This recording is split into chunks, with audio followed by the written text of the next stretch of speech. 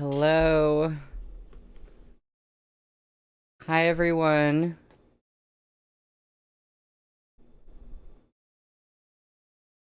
Oh, it looks like a bunch of people are here. Um, Hi, Nina. Hi, Blue.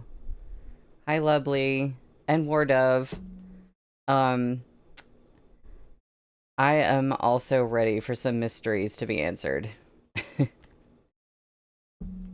Um, I just like opened up to where we're starting today and was like, oh, that's right. We were in the middle of the rumor chapters. We ended on maybe like a little bit of a cliffhanger um at the end of Rumors Part 1, and we're starting with Rumors Part 2 today. And it occurred to me that like Moshi is kind of, I don't know, I mean he's in a situation no matter what, but he's kind of putting himself in a situation based on the fact that he's denying sleeping with Mengzi. Because if he says that he didn't sleep with Mengzi, well, everybody knows that he slept with someone. So we're in for a time. Oh, my shirt. Okay. A friend got me this at this party that he had. Slarb is sounds like a real bummer. I don't know where this shirt, like, design came from. I don't know who came up with it. I don't know if it's a reference to something. But like my friend had this going away party when he was moving, and he gave everyone these t-shirts, and I don't think none of us know like where they came from. But yeah, Slarb is sounds like a real bummer, Henry. It's a mystery. My friend gave me and a bunch of people these shirts, and we don't know. We don't know. But sometimes it just sounds like a real bummer. I guess that's actually a very fitting shirt for reading Yuwu or really anything by Meat Bun. I didn't plan this, but you know. Um, so we are, yeah, mystery is our theme. Yuwu, more like Slarb.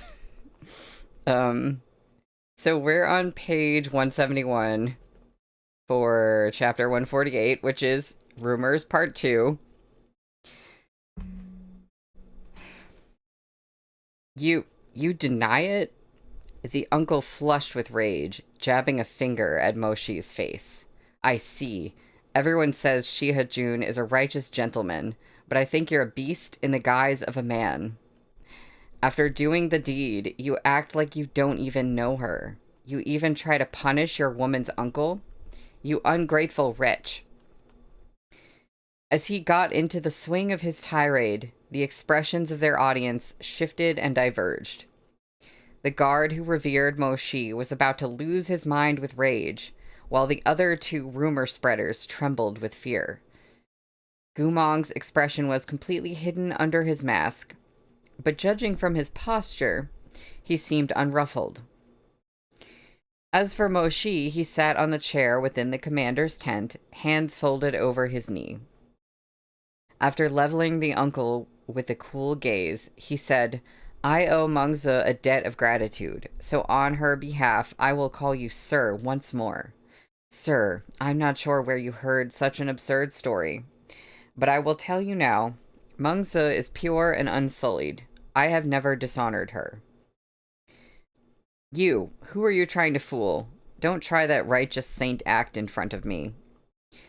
Suppressing his rage, Moshi replied, I was alone with Mengzi in the main war tent, but no untoward act occurred whatsoever. If you don't believe me, go ask her yourself. Who said we were talking about the main tent? The uncle's bushy brows drew together in disdain. You want to grope my niece in the main war tent for all to see? Pervert. I was talking about noontime. You, in your own tent. It's too shameful to say out loud. You know precisely what you did to Mengzi. Moshi and Gumong both froze. The uncle became gleeful. Baring his teeth, he sneered. Am I right? Do you still deny it? Shiha-jun, within the scarlet-plumed battalion, I've always heard your northern frontier army is well disciplined, never once stumbling over the temptation of womanly charms.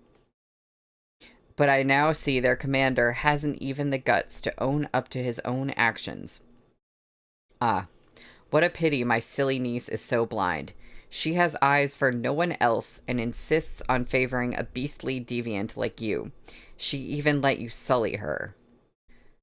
Holding up his age and rank as a shield, the old uncle's words grew more and more cutting. Moshi's expression darkened as his lips pressed together, not letting a single word slip past. Gumong, however, couldn't bear to listen. Are you done? And who the hell are you? The uncle glanced at Gumong, then made a great show of rolling his eyes. Oh, just a personal guard. One who dares lecture a relative of the imperial family. Huh, this is going to be quite the tale to tell. Another burst of malicious laughter issued from his mouth. He was still laughing when Moshi said, You're right. At noon, I did meet with someone in my tent. All eyes flew to Moshi in astonishment. After the initial shock, the uncle barked out a loud belly laugh. Ha ha ha, see? See? Wasn't I right all along? Little Fireball, dallying with girls is no big deal. It's not like you violated some major martial law, as long as you... But Moshi cut him off. Attending official. The personal guard looked completely lost.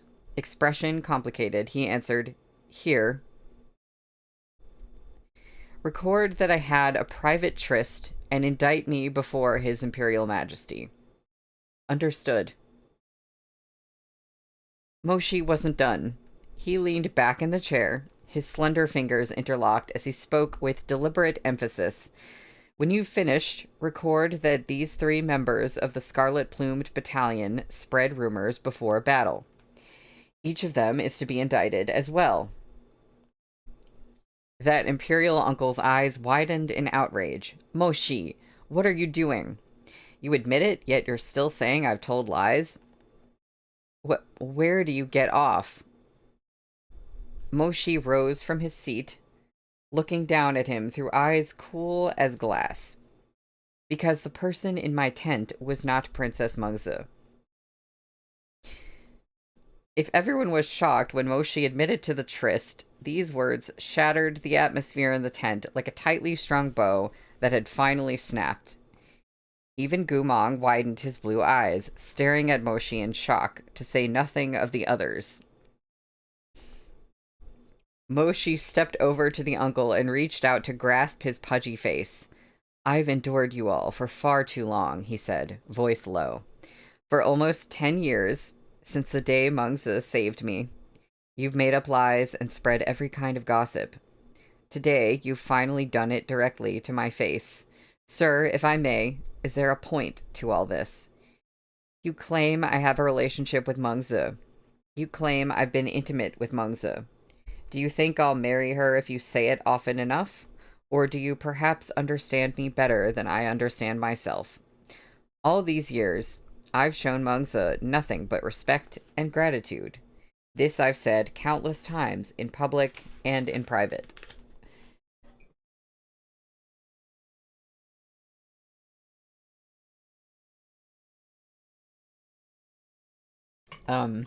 Blue?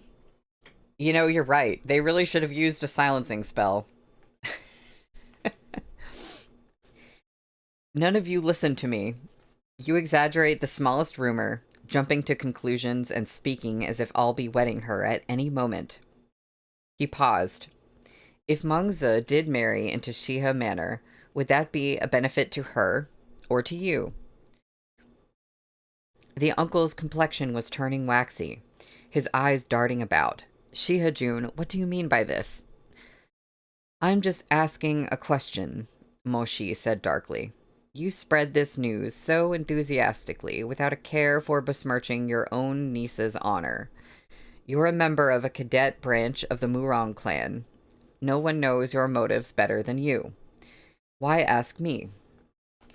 You. The uncle's lips, greasy as pig intestines, quivered as his eyes flitted wildly. But Moshi had hit the nail on the head. He couldn't say much else. Moshi straightened and wearily closed his eyes. Just as he was about to put a decisive end to this conversation, the uncle hit on a new plan of attack. His eyebrows shot up as he blurted, "Moshi, enough. Enough with your excuses. If you ask me, you're a cold-blooded and fickle man." Receiving no reply, the uncle forged ahead. You and Mungza were playmates. Childhood sweethearts. Who doesn't know that the one who pursued her from the start was you? Moshi's phoenix eyes had gone wide. Over the course of this argument, he had cycled through shock, disgust, fury, and exhaustion, but had not yet found himself at a loss. These words left him dumbstruck. He almost choked on his next words. How exactly was I the one who pursued her? If you weren't, why would she harm herself so gravely to save you at Dongting Lake? If she could do that for you, you must have led her on. Why would she go so far for nothing? Don't tell me you're going to say Mungza thought too highly of herself. Of course Moshi wouldn't condemn her with the words, thought too highly of herself, just to clear his own name. Seeing him silent, the uncle regained his courage. Now that her body's failed and she's gotten older, you no longer favor her and hurried to distance yourself. Everyone says Shihajun is a true-hearted and loyal gentleman. But it turns out you're not a gentleman at all. You're a despicable and shameless traitor. His last words resounded in the quiet of the tent. After a moment, crisp applause rang out. Nicely done. Are you finished? The uncle turned to look. Upon seeing the guard next to Moshi was the one clapping, he couldn't help but snarl. You again. I've already said you're unworthy of conversing with me. Gumong laughed. I'm not trying to converse with you. I just wanted to ask if you'd had your fun. He turned to the other guard. Brother, I'll trouble you to escort this senior away. Find him a tent and lock him up. Keep him well guarded. This senior has a gloriously silver tongue and a superb way with words. If we let him run free and keep shouting, there will be no need for us to fight Liao at all. We could just go ahead and convict Shihajun ourselves. That guard was still trying to process the revelation that Shihajun really had an affair with someone in his tent. He stuttered in reply. Then, General Mo, what do you... Before Moshi could answer, the uncle shouted, You Mo brat, lock me up if you want. If you have the guts, go tell all of Chonghua you favor another woman. Forget the side branches of the Murong clan and our motives. Go see what the court of public opinion has to say about you. Little fireball, if you betray Mungza, you're an immoral beast. As for whatever girl secretly hitched a ride on you, she's just a... He didn't have time to say what he was before Moshi's hand shot out and closed around his neck. Moshi was strong. Even if he hadn't intended to injure this man, in his rage, he choked him until he was close to fainting. Moshi lifted the uncle off his feet with one hand, staring into his reddening face. I just remembered something. Sir, your name is Murong Lia, right? Murong Lia was kicking his feet in mid-air, eyes rolling as they stared at Moshi from a face the color of pig's liver. When the late Wang Shu refused to marry Madame Zhao, many officials made remonstrations. The one who spoke most harshly and vehemently against him was a distant relative named Murong Lia. That was you, was it not? Moshi's black pupils flashed with icy light. He had reached the limits of his patience. Back then, you castigated the late Wangshu, and now you do the same to me. Sir, you truly haven't changed in the slightest. You're awfully concerned with other people's marriages. But this junior is likely to disappoint you. Mengzi is like a sister to me. Even if all of Chonghua takes me for a shameless hypocrite, I will never take her as my wife. You know, I don't think he's ever said that before, like publicly. Everyone's always like, oh yeah, they're gonna marry, they're gonna marry. Finally, I guess he's putting an end to that. Muronglia was about to pass out. His eyes rolled as he gasped for air. By now, the other two nobles of the scarlet-plumed battalion were trembling like chaff in the wind. Only when Muronglia was truly on the verge of suffocation did Moshi's slender fingers release him. Panting, Muronglia collapsed to the ground like so much mud, his hands clutching at his bright red neck. Sir, perhaps you had an advantage over the late Wangshu, but today I'll give you a warning. The late Wangshu was the late Wangshu, and I am who I am. The events of 30 years ago will not repeat themselves here. Chonghua does not need another late Lord Wangshu. Moshi paused. Nor does it need another Madame Zhao. You can save your breath. At last, he waved a weary hand, ordering the guards to escort away the rumor spreaders and dismissing the rest of the attendants. When everyone had filed out, Moshi lifted his fingers and began adding barriers to the tent. Gumong looked at him with worry. Moshi, even if he was being difficult, there must have been other ways to get around it. Why did you admit you were with someone at noon? Moshi glanced at him. I didn't just admit it to him. I already told Mengzi. Told her what? That there's been someone in my heart for a long time. Gumong fell silent. She never believed me when I said so before, but she's probably noticed some signs recently and realized I hadn't lied to her, Moshi said. Don't overthink it. I couldn't possibly hide it forever. We attack Daza City tomorrow, and I still have scrolls to look over. You should get some rest. Gumong took in the intense stubbornness in his defined features. His heart both fluttered and ached, and he couldn't help sighing. Why go so far? Moshi set the final barrier, then turned to answer. Because I want to.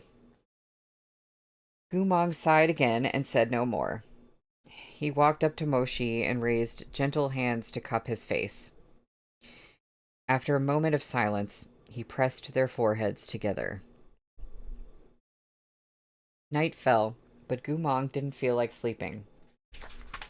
Moshi looked over his scrolls, while Gumong ate mung bean cake and read his compiled memory notes. After a while, he closed his book. Moshi looked up from his files, prodding at the lamp with the slim silver poker. What is it? I forgot to ask earlier, Gumong said. You mentioned the late Wangshu and Madame Zhao to Muronglia. What happened to them? Moshi's lashes fluttered. Madame Zhao is Muronglian's mother. Do you remember her? Not clearly, Gumong replied. I barely interacted with her in the first place. She wasn't much for small talk. When she was alive, she wasn't harsh on the servants, but she was very strict with Muronglian. She was always refusing to let him do this or that. He had to do everything according to her wishes. Gumong paused, then smiled awkwardly. But I remember she was very pretty. Madame Zhao's looks were indeed extraordinary, Moshi said. She was once considered one of Chonghua's great beauties. The late emperor betrothed her to the late Wangshu, Muronglian's father, Murong Xuan. She was talented and pretty, and her familial status matched his own, but Murong Xuan had fallen for a low-born girl. He refused to marry Madame Zhao at all costs, and the situation became unpleasant. Gumong scratched his head. He could recall some details about Madame Zhao and Murong Xuan's turbulent past, so he wasn't surprised. Then why did Murong Xuan marry her? He tentatively asked. The pressure, most likely, and a few other reasons.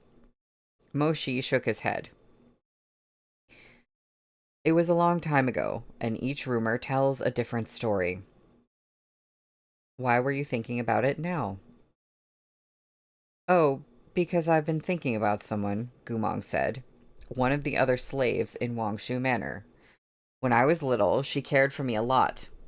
I've always wondered if she might be the maiden the late Wangshu fell in love with. It couldn't be her, said Mo Shi. Gumong was surprised to hear him so certain. Why not? The maiden the late Wangshu loved was a commoner from Lin'an, not a slave. Gumong stuffed another piece of mung bean cake into his mouth, his bulging cheeks framed by the ink-dark hair that hung loose around his face. Ah, then, if she wasn't a slave, why couldn't she marry him? The difference in their status was still too great. And that maiden was injured somehow and couldn't clearly remember her family background. I'm not sure of the details either. I've only heard the stories. Lin'an is Yue Juntian's fiefdom. All the commoners there fall under his jurisdiction. And Yue Juntian's relationship with the late Wangshu had never been good. One story claims that as soon as Yue Juntian heard the late Wangshu was in love with the Lin'an maiden, he brought his underlings to an audience with the emperor and claimed the maiden was a spy from the Liao kingdom. In the end, the late Wangshu and that maiden were forced apart. Mo Shi set down his scroll. He had never been fond of this kind of gossip. He felt disgust when he heard it from others, and his expression grew embarrassed as it came from his own mouth. He paused. But there's another story that's more popular. According to that one, Yue Juntian didn't say the maiden was a spy from the Liao kingdom. Rather, he claimed he'd sent people to investigate her background and found that she was a brothel girl. After he reported this to the emperor, naturally, that Lin'an maiden could never enter Wangshu Manor and become Madame Murong. His head was pounding now. He massaged his brow. That's the gist of it. There are other stories, but I've forgotten them. Most have something to do with Yue Juntian. Everyone says he was the one to ruin the marriage, because the lady was a commoner from his own lands, and her background was unknown. He wasn't willing to take...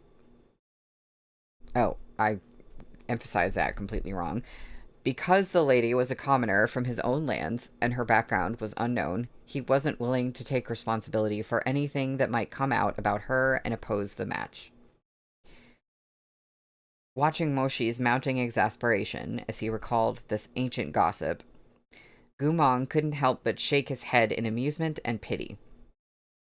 He stepped behind Mo Shi to knead his shoulders, then leaned against his back. Okay, he said soothingly. If you really can't remember, you don't have to tell me anymore. Sorry. If you're interested, I can buy you a chronicle of these kinds of events. Nah, Gumong cut in. There's no need. How could he send Mo Shi to fetch him a book like that? Those little book-selling stalls didn't deserve such a scare. The shopkeeper would probably think Shihajun was there to shut him down. Sharing this kind of easy conversation, the two of them whiled the night away. Rumors about Mo Shi and Mengzi were spreading in whispers through the army, but tomorrow's battle still lay ahead. The Northern Frontier Army was more disciplined than the other two forces, so the gossip circulating within the Scarlet Plumes caused no major disruptions. In the first glimmer of dawn, on their second day at Daze, Chonghua launched its second attack on the city.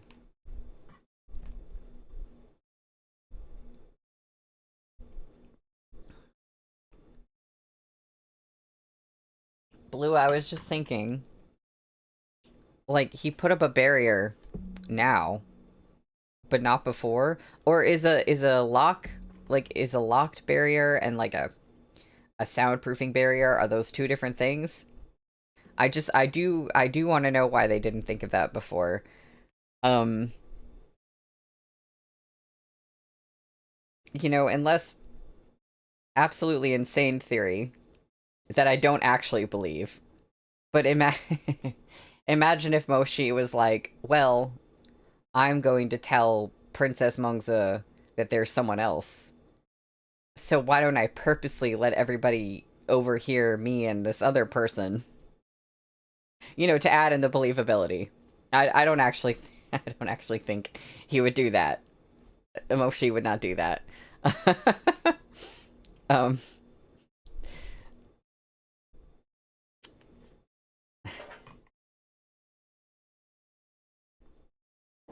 so we're on chapter 149, which is called Vision of Chen Tong.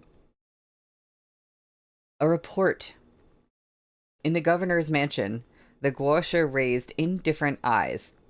His hands never paused on the chin, plucking at the strings as he spoke. Enter.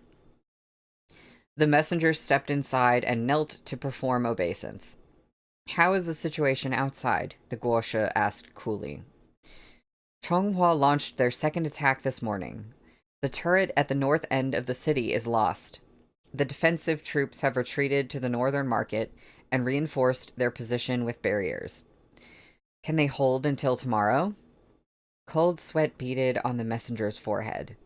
Head bowed, he cupped his fist in salute. The commander says he's incompetent. He can only try his best. Incompetent. Quite, the guosha remarked. The music of the chin increased in tempo. He flicked his fingers and called, Rainbell, come. With a flash of light, one of the eyes embedded in the guqin opened wide. It blinked, and jade-green light shone from its pupil, brightening until it was too blinding to look at directly. When the glow faded, a glimmering scale floated above the guqin. A sweep of the guosha's wide sleeves sent the scale flying toward the messenger official, where it stopped at eye level. Take this. Henry, I looked up at the wrong time. No, of course it blinked and vomited green magical light. Take this. It's Xuanwu armor. The messenger official blanched. Was the Xuanwu armor not one of the godly miracles left behind from prehistory? The most unbreakable, most invincible defense artifact in the world? Had it truly been hidden in the guosha's nine-eyed chin this entire time? Still reeling, he heard the guosha finish his sentence. Shrapnel. The man blinked. Don't underestimate it because it's only one scale. It's more than sufficient to defend against the strikes of 10,000 strong soldiers. Bring it to our incompetent defense commander. And remember, the commander can die, but this Xuanwu scale cannot be lost. If anything should happen to it... He paused to allow a thrum from the chin strings, then smiled. I'll see all of you buried with it. The messenger official hastily agreed. He accepted the scale, holding it over his head as he retreated on shaky legs. The guosha was once again left alone in the empty governor's mansion. The chin music flowed from his fingers like an underground spring. Floating before the guosha, that ball of light he'd called Jing Chen had gained a faint and shadowy form. It now looked like a pure white pup, each strand of its snowy fur glimmering with light. It was not yet alert. The creature lay perfectly still on the soft carpet of the governor's mansion, with its paws over its eyes. Wrapped in the soothing sounds of the chin, it seemed at peace. The guosha looked up, the light from the spiritual beast flickering in his eyes. "Jing Chen," he whispered, "I've nearly broken the seal they placed on you. Just a day and a half more, and I can take you away from here, back to our home. Be good now. Don't cause any more trouble for me. Hmm?" The pup's ears twitched. Its eyes opened a crack, revealing a fiendish blue light, entirely at odds with its soft body. By this point, the Liao kingdom had taken heavy losses from the battle at the city's northern turret, where the soaring snake flags of the Northern Frontier Army were already flying high above the ruins. Moshi's vanguard held the north corner of the city, while not far in front of them, the Liao Kingdom cultivator's jade-green defense barrier was rising once more. A scout rushed back to report to Moshi, who was assessing the Liao army's defense preparations. "General Mo, do we press the attack?" Moshi's sharp brows were drawn together, his arms crossed as he watched that green barrier rise higher and higher. His expression was grave. Where did they get the Xuanwu armor from? Stunned, the scout turned again to look at that jade-green barrier. "Xuanwu armor?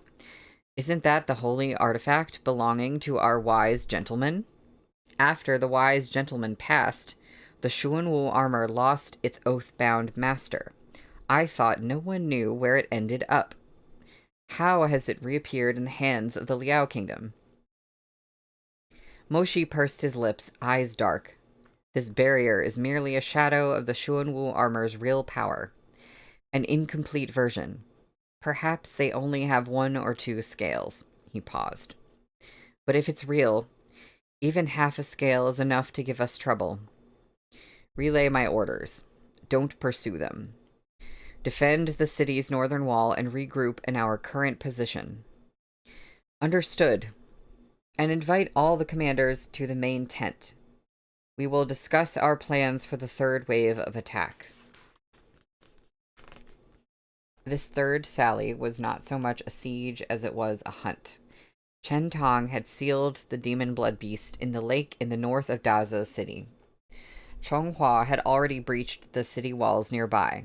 Cultivators with swift martial skills could use this inroad to speed toward the lake and hunt down the beast. Since this was a matter of utmost secrecy, Moshi could not brief his men in full.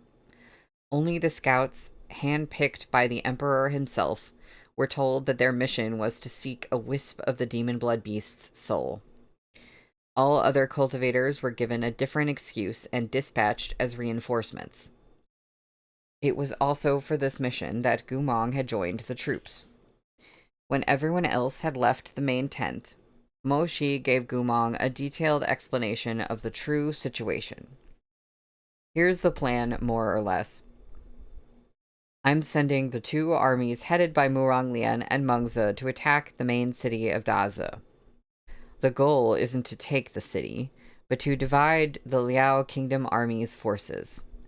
Our true priority is the squadron composed of 10 elite scouts.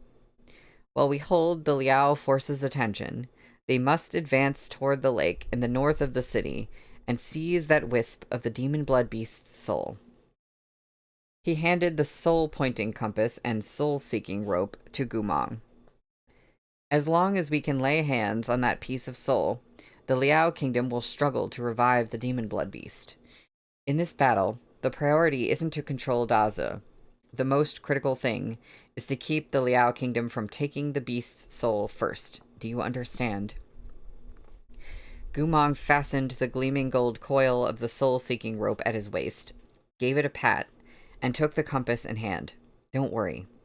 When has your Gumong Goga ever failed to complete a mission? He hadn't yet put on his mask. He stood before Moshi in the clean-cut uniform of the Northern Frontier Army, with his hair in a neat braid. At his waist were the golden rope, his dagger, and the mask. A weapon compartment was strapped to his wrist. His robe's high-crossed collar, edged in blue and black, completely hid the slave collar beneath those pristine robes. You know, sometimes I forget that he's still wearing that. At that moment, he cut a figure every bit as dauntless and heroic as the first time he had ridden out for battle. Moshi gazed at him, then reached out to bring him into his arms. He bent down and placed a gentle kiss on top of his head. That's right. You've never failed. But this time, remember, no matter what, your safety is most important. If you run into trouble, you must send word to me. He reached out to caress Gumong's neck through the layers of his uniform collar, touching the spot where they had left lotus sigils to protect each other when they were very young. Moshi nuzzled against Gumong's forehead. If you send word, he murmured, I'll come to you at once. Will you remember that? In the past, Gumong had always been Moshi's protector. He had thought only to ensure Moshi's safety and had no wish to share any suffering with him. The old Gumong would have laughed and said, Don't worry, I'll be fine, or your Gumong-guga is the strongest. But now, Gumong's gentle blue eyes blinked as he looked up and said, Okay, I'll remember. There was no time to lose. Barely 2 Shichen had passed since the army had paused their attack to regroup. As the day waned and the sun sat heavy and red on the horizon, the Northern Frontier Army got their orders. Chonghua began their third attack. The strike was designed to be quick. Even on their guard, the Liao Kingdom still scrambled to meet it. This time, Muronglian's 50,000 cultivators engaged the Liao army head-on, while Moshi's army clashed with the defensive troops on Daza's north side. The smoke of war obscured the sun, the scarlet of blood on the ground more intense than the dying light. Under cover of this formidable attack, the 10 scouts, Gumong among them, slipped into the north end of the city. Each took a different route, sweeping like a gust of wind toward the lake that contained the remnant of the demon blood beast's soul. Daza Lake was vast, surrounded by mountain ridges that stretched into the distance far beyond what the eye could see. It was already growing dark, the last thread of sunlight skimming low across the lake's surface.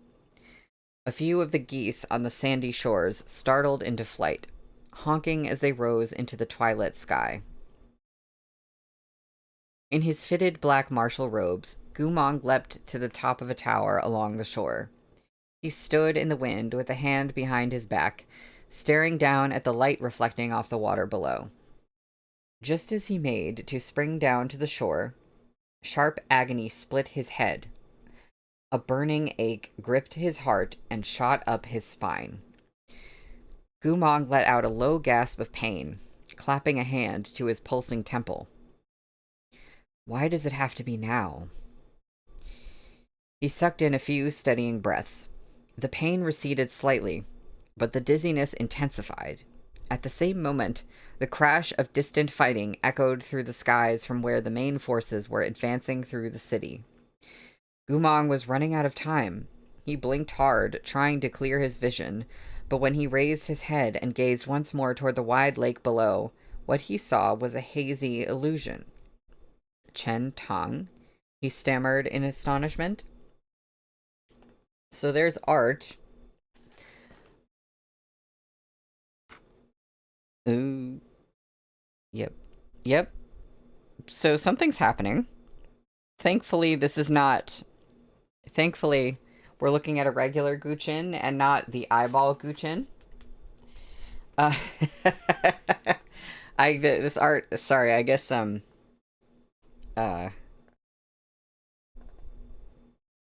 this art is kind of coming before the description, of whatever the heck is happening.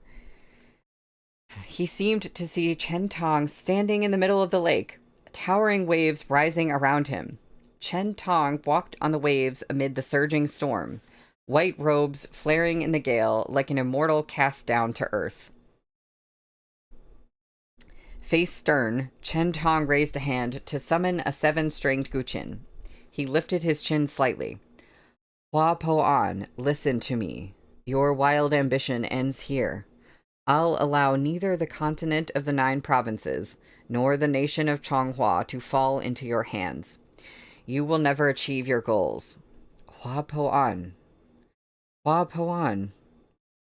That name seemed to contain deep meaning, like a queen of the night blossom unfurling in a dense thicket of darkness, exploding into Gu Mong's muddy mind. It had some form of power, flooding his heart with bloodthirsty killing intent. You will never amount to anything more than that wretched disciple from the Cultivation Academy. A furious howl ripped from the depths of Gu Mong's heart. Nonsense. Nonsense. I'll tear you apart. I'll kill you. What do I want that I don't yet have? What gives you the right to decide my fate, you ridiculous man? You powerless, incompetent fool. This ends today, said Chen Tong. With a strum of his fingertips, a single note twanged from the chin. Gu Mong's mind shuddered. The black magic energy in his body strained to break free. On the verge of losing control, Gu Mong called through gritted teeth, Yongye, come. The demonic dagger coalesced in his palm. Gu Mong gripped the handle, clenching his jaw as he viciously sliced into the back of his left hand. Bright blood streamed out, and the violent agony yanked him from the sucking mud of the illusion. He gasped for air, screwing his eyes shut. When he looked up again, Dazi Lake was a desolate field before him, its rippling waves gleaming in the dusky light. The illusion of Chen Tong had disappeared. Gu Mong panted as he dismissed Yongye and tended quickly to the wound. He shot an anxious glance at the rippling surface of the lake. He didn't know why he would see lingering scenes from hundreds of years ago. But this wasn't the first time he'd seen Chen Tong in his mind. Why? All sorts of ideas rushed through his head, but he had no time to consider them. He'd tell Mo Shi about his strange symptoms when he returned. Right now, his priority was to seize the wisp of the demon blood beast's soul that remained in the lake. As he ruminated, he calibrated the compass, imbued it with spiritual energy, then pointed it toward the surface of the lake. Point the way. Almost at once, the compass began spinning maniacally. 2 minutes later, that needle in the shape of a willow branch gradually slowed and came to a stop. Gu Mong was instantly dumbfounded. The compass didn't point toward the lake as the Emperor said it would. Instead, it pointed toward Gu Mong himself. Gu Mong whirled and saw a cluster of buildings behind him. This soul-pointing compass was pointing toward the heart of Dazi City. Is it broken? Gu Mong took a few steps to the side and gave the compass a shake. As expected, the needle hesitated and wavered, unsure where to point. Where is that scrap of the demon blood beast's soul in the lake? Gu Mong repeated the question several times. Once again, the compass's branch-shaped needle wobbled and turned. But in the end, it still pointed toward the middle of the city. Gu Mong fell silent. He tucked the compass away, stroking his chin. According to the Emperor's intelligence reports, the demon blood beast's remnant bit of soul was sunk in the depths of Dazi Lake. He couldn't know what the other scouts' compasses showed, but his was stubbornly pointing toward the city center. There had to be some reason. In that case, could it be... His heart skipped a beat. Could it be that, in just a handful of days, the Liao Kingdom had captured that wisp of the demon blood beast's soul? Was it now trapped somewhere in the city? Well, that's the end of the chapter. Wait, let me see how long this is. Okay. We're on chapter 150, which is called Nine-Eyed Chin. So unfortunately, I think we have to hear more about That Guchin.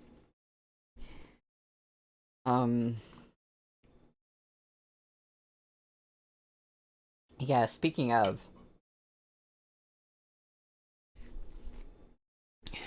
the last smear of blood-red light sank beneath the mountains. Night had fallen. At the governor's mansion, Gumong stopped atop the ridge of the roof. He could see the glimmering lights of the city and the blinding flashes as the cultivators of Chonghua and Liao clashed beyond the high city walls. From where he stood, they were like thousands of twinkling fireworks, magnificent to behold. The eastern wind carried the sounds of explosions to his ears, shouts and wails piercing the smoke and flames of war to reach him. That battle had little to do with him at this moment. He looked back down at the compass in his hand. The needle pointed down into the middle of the governor's mansion. The room below was brightly lit, with soft snatches of chin music flowing from it. "Looks like this is the place," Gumong murmured. The Liao Kingdom guards might have posed a problem for some, but not Gumong. Despite having lost the memories of his 5 years in Liao, those black magic spells had been carved into his bones when the Guosha tempered him. Even if he remembered nothing, those techniques still came effortlessly to his fingers. With just a few simple spells, all the cultivators within the manor were made to sleep. Gumong leapt softly down from the roof. It was when he landed in the courtyard that he realized there were, in fact, very few guards here, and those present were unremarkable, with shallow cultivation. They had skill enough to send and receive messages, but in a real fight, a single lift of his finger would have more than defeated them. Gumong pressed his fingertips to a prone cultivator's neck. As expected, their spiritual energy was exceedingly feeble. His gaze grew colder and graver. The compass indicated that the remnant of the demon blood beast's soul was in this building. There was only one reason the Liao Kingdom might not immediately transport it away. Chen Tong's seal had not been fully broken. Even the Liao army wouldn't be so reckless as to bring it out of Daza before that. But if this mansion held such an important object, why were the guards surrounding it so few and so weak? A man's low singing from within the room interrupted Gumong's thoughts. A sword of 5 years turns the seasons. A sword of 10 years turns back time. This sword's edge sharp enough to part the waters. This life too short to part my heart from yours. The wind was crisp and the moon was bright. Pine and bamboo swayed in the little courtyard. The fires of war rose and fell in the distance, the roar of battle shaking the skies. Within the hall, the melody of the Qin danced like willow fuzz, drifting like dust carried up and down on the wind, lingering on in endless melancholy. Blood flowed in rivers outside, but here all was peaceful and refined. It was a starkly eerie atmosphere. The undefended room, the unceasing sound of the Qin, the lone warrior waiting in the dark, and this distant singing. Gumong suddenly felt it all so familiar, as if he'd experienced all this before. But his mission was pressing. He had no time to think. His eyes darkened, faint light flickering in his pupils. "Demonic hearts," he whispered. "Obey me. All of you, be summoned." Although these Liao Kingdom cultivators had undergone no tempering, their cultivation method left traces of demonic qi in their bodies. They were optimal targets for control. At Gumong's order, the cultivators he'd sent to sleep opened their eyes at once, pupils aglow with deep blue light. "Go." Those cultivators shot forward, a dozen lining up in a row and viciously slamming their bodies into the great doors of the main hall. With a massive boom, the doors broke apart. In the smoky sawdust that rose up, Gumong saw the dead governor's family dangling like wind chimes. Beyond the swaying corpses, A man in white and gold sat with his back to the door. Beneath his slender, pale hands lay a guqin of human skin, the 9 eyes embedded on its body, whirling madly. A bone-chilling cold rushed from Gumong's feet and up his spine. He knew where he'd seen this scene. In the sword demon Li Qingqian's memory illusionscape. Back in Murong Chuyi's courtyard, Gumong hadn't entered the illusion, but Moshi had magically replayed Li Qingqian's downfall for him later. He had seen Li Qingqian storm into the Guosha Hall of the Liao Kingdom to avenge Hongshao. In that memory, the premises had likewise been empty of guards, while inside sat a chin-playing man in a gleaming gold mask, turning to bear 2 white teeth. Now he seemed to be reenacting that memory, save that the Guosha's hall had become the governor's residence. The Guosha of the Liao Kingdom turned, tilting that golden masked face and grinning. "It's been a while, General Gu."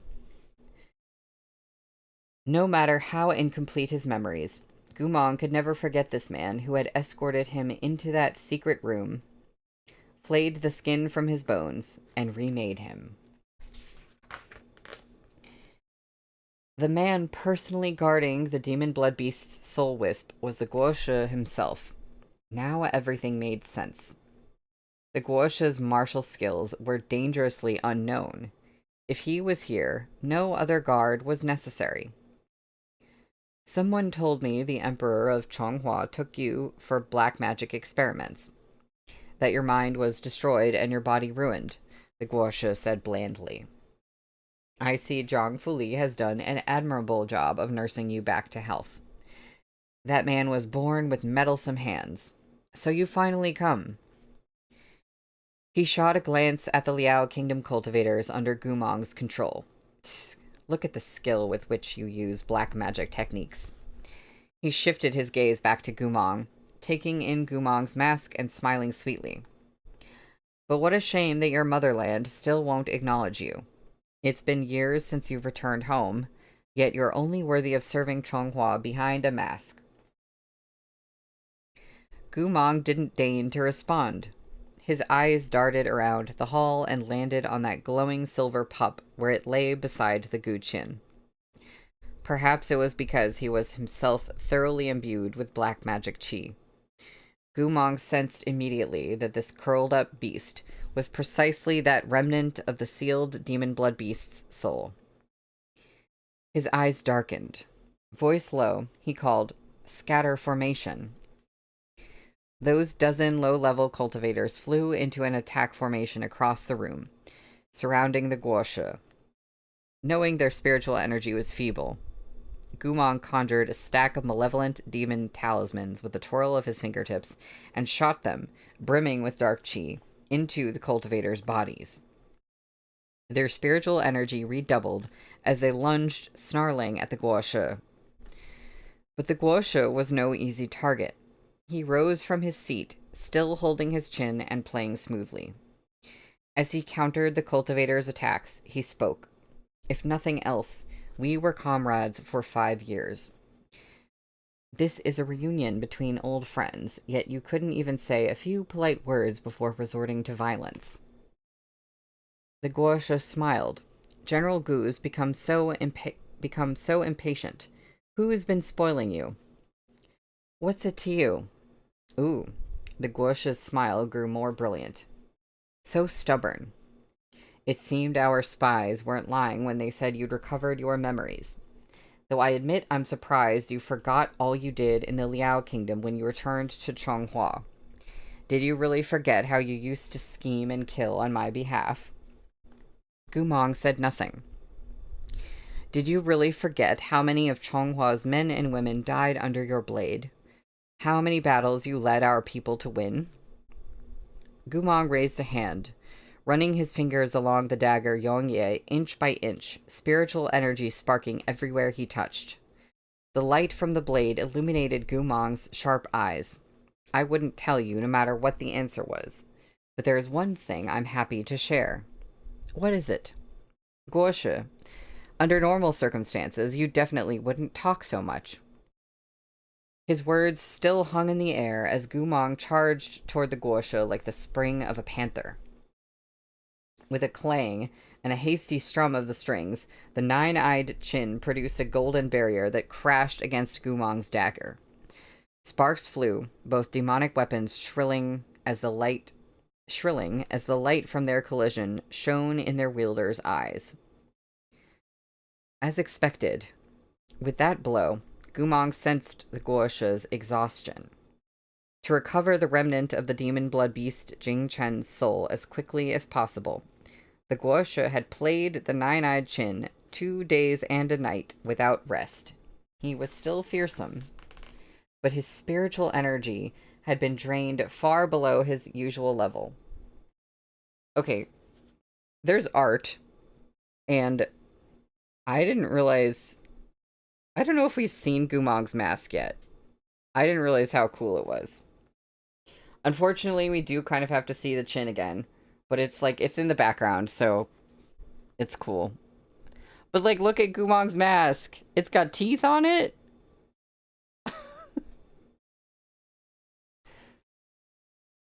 It's so cool.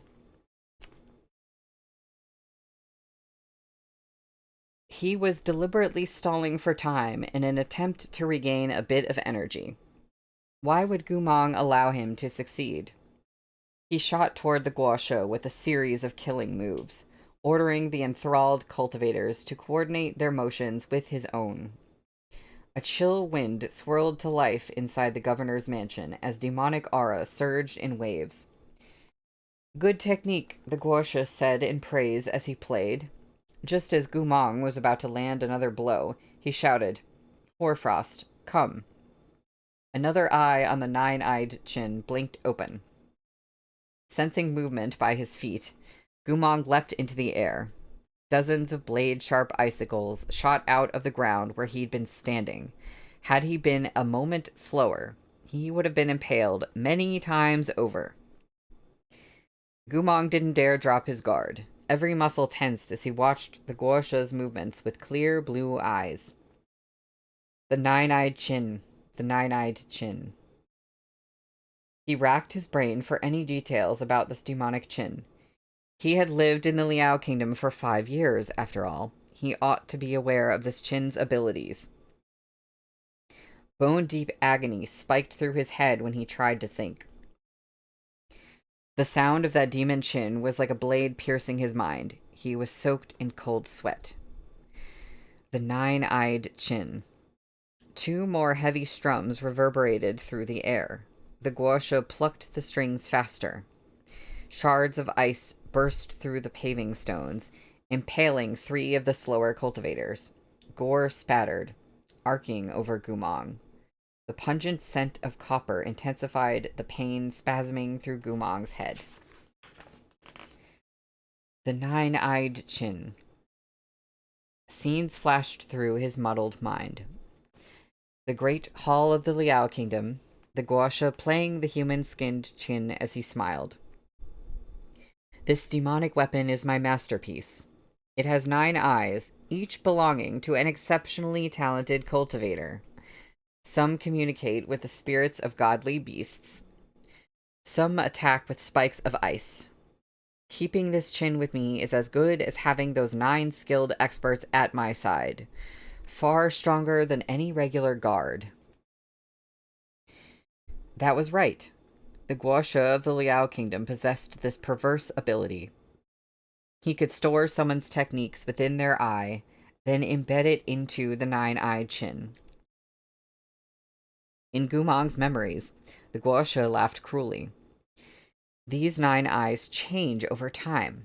If I discover a more powerful cultivator, I discard the least useful and replace it with a new one. Over and over again.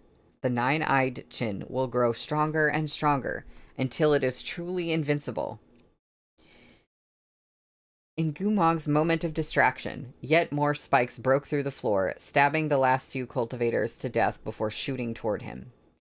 Gumong leapt onto the roof beams to catch his breath. His eyes swept over the scene beneath his feet. The demon blood beast Jing Chen was protected behind the guosha's barrier. Continuing to fight like this would give him no chance to use the soul-seeking rope.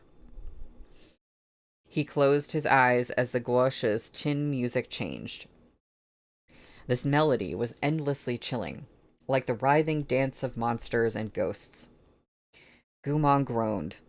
The demonic chi in his chest roiled and surged as the sound of the chin drew it outward.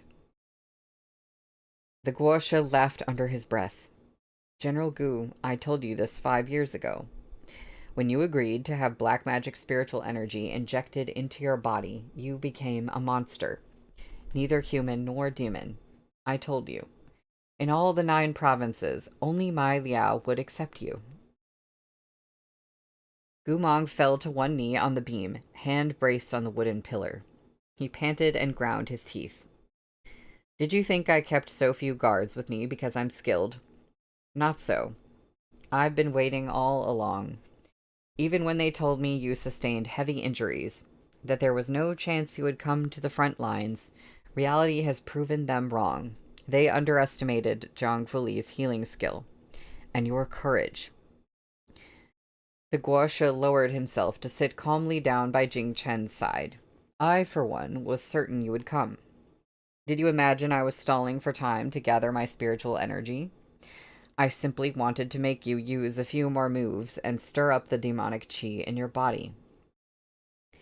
The chin music produced by his fingers became eerier still, as if it had become a pair of intangible deer bone claws peeling away the layers of demonic chi in Gumong's body, enticing the demon out of its cage.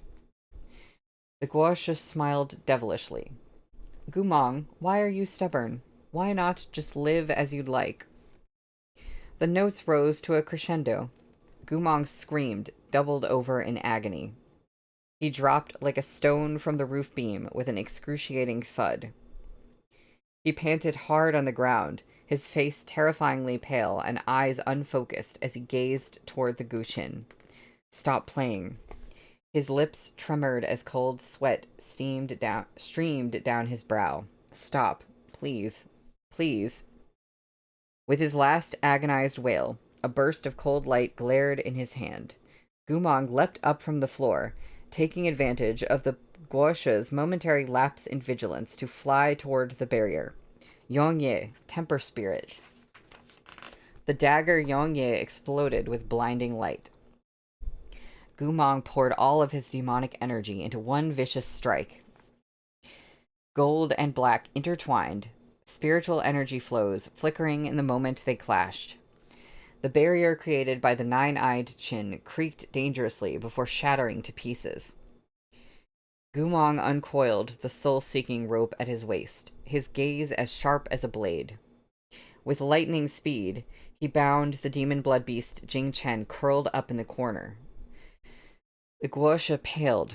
Behind the mask, his expression turned malevolent. Gumong. He gritted his teeth. You little what?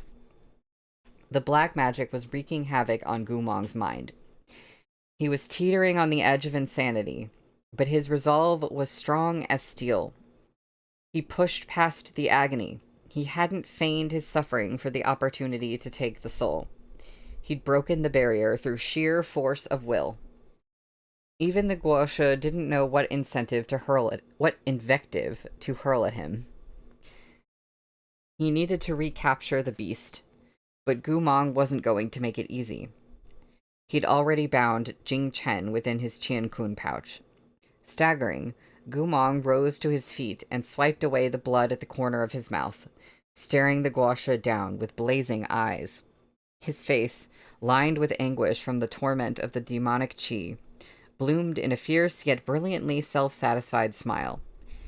It doesn't matter if the 9 provinces want me or not. What matters is, bro, this world doesn't want you either. Sorry, I can't get over the bro. He leapt up with that wisp of the demon blood beast's soul, speeding back toward the army of Chonghua. But how could the guosha allow him to go? His narrowed eyes sparked with flame as he snapped his fingers and shouted, Snowdrift, come. The third eye on the 9-eyed chin blinked open. Blustering wind and wintry snow enveloped the Guosha's body. Striding out of the hall, he waved a hand. Thunder rumbled in answer. He slammed a command talisman into the earth. In moments, a group of elite black magic soldiers rushed over in answer. One by one, they knelt before him, awaiting Guosha's orders. The wisp of the demon blood beast's soul was taken by that goo brat, the Guosha snarled. He's trying to get out of the city. Track the aura of the demon blood beast on him. Follow me. That's the end of the chapter. Why? Why not use Guh? That's a good question. I don't know if, like... I guess it's, like, the tone of him saying bro is, like, supposed to be, like, a taunt. So maybe they thought it made more sense to say bro instead of Guh. Like, I don't know. The eye, yeah, Rena, the eyes blinking open one by one. Nope. Yeah, you know, I'd be curious what the Chinese actually says, which they translated to bro. I don't know. But it's time for me to take a break. I will be 5 to 10 minutes, and then we will come back. And when we come back, we're reading chapter 151, which is called Lone Wolf Unsealed. I think I like the sound of that. Alright, I'll be right back.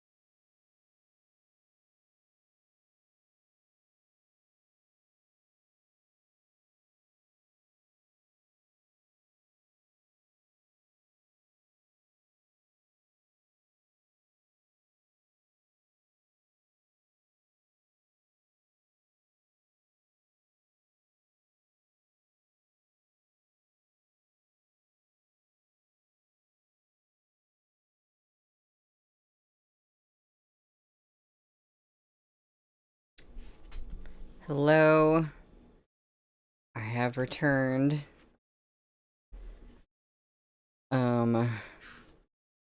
We are gonna find out what the heck is going on. And probably a few more mysteries as well.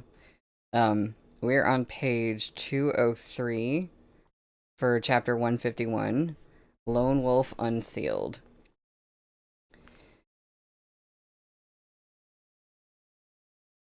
Gumong flew over the ridges of the rooftops, breathing hard.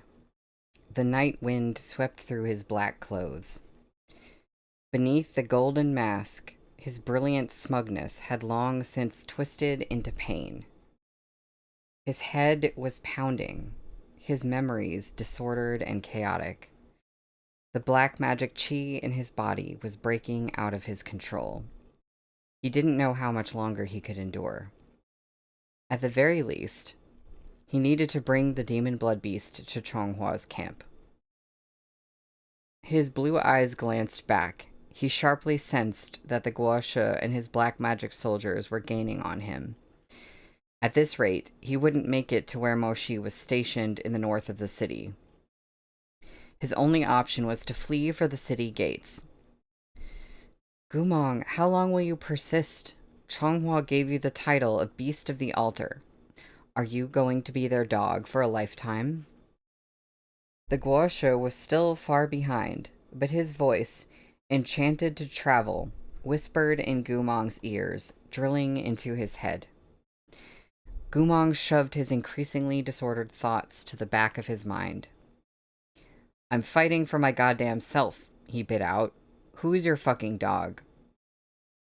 He used Qinggong to spring forward again, hurtling toward the city gates as if flying. The two armies were locked in fierce combat there, fiery light exploding around them. The wind whistled past his ears as he closed in on the gates. Henry, he's got that dog in him. Yep. At that moment, the Guosha of the Liao Kingdom, aided by Snowdrift, finally overtook him. Loose robes billowed as he soared toward Gumong like a fluttering paper kite. Snowdrift was the technique of the top Qinggong Grandmaster of Lichun. The Guosha sneered behind him. Gumong, did you really think you could escape? Cold sweat stood out on Gumong's forehead. Suddenly, he caught a glimpse of the ignition talismans fluttering above the inner city walls. Pivoting midair, he arrowed toward those paper talismans. That hint of a calm smile on the Guosha's lips faded as he saw Gumong alight safely atop the city wall and come to a stop. Gumong turned, face half in shadow. Hey, why don't we see which of us is crazier? Gumong, the Guosha shouted as realization dawned. You! Whipped by the furious wind, Gumong smiled scornfully, raising a hand and pointing along the wall. Flames flew up from his fingertip.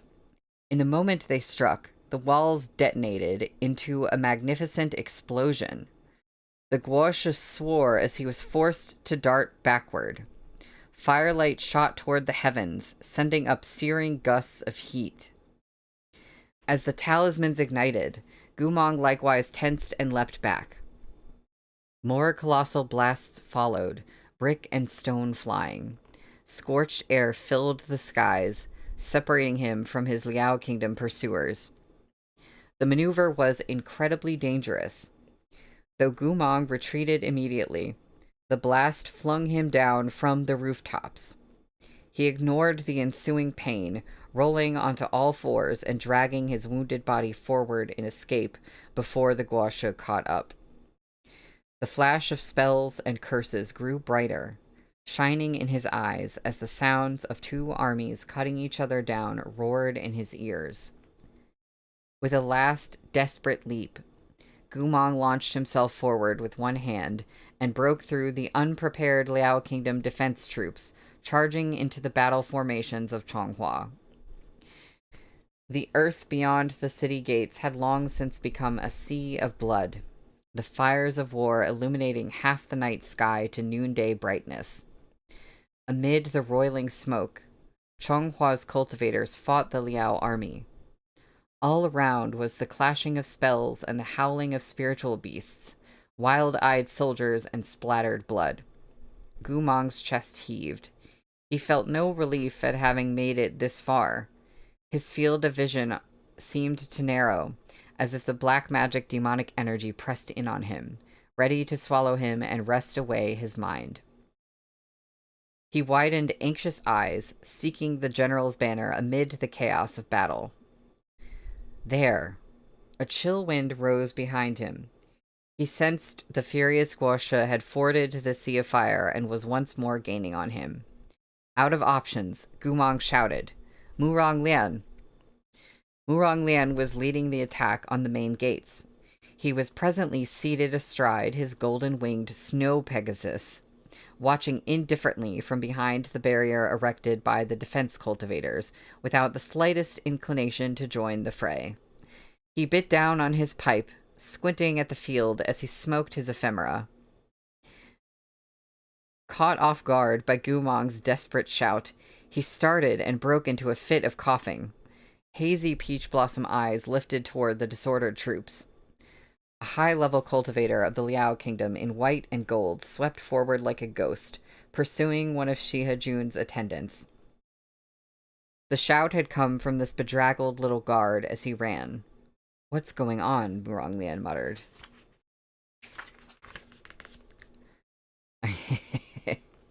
Blue, the golden winged snow Pegasus. I want Chuaning riding one of those stat.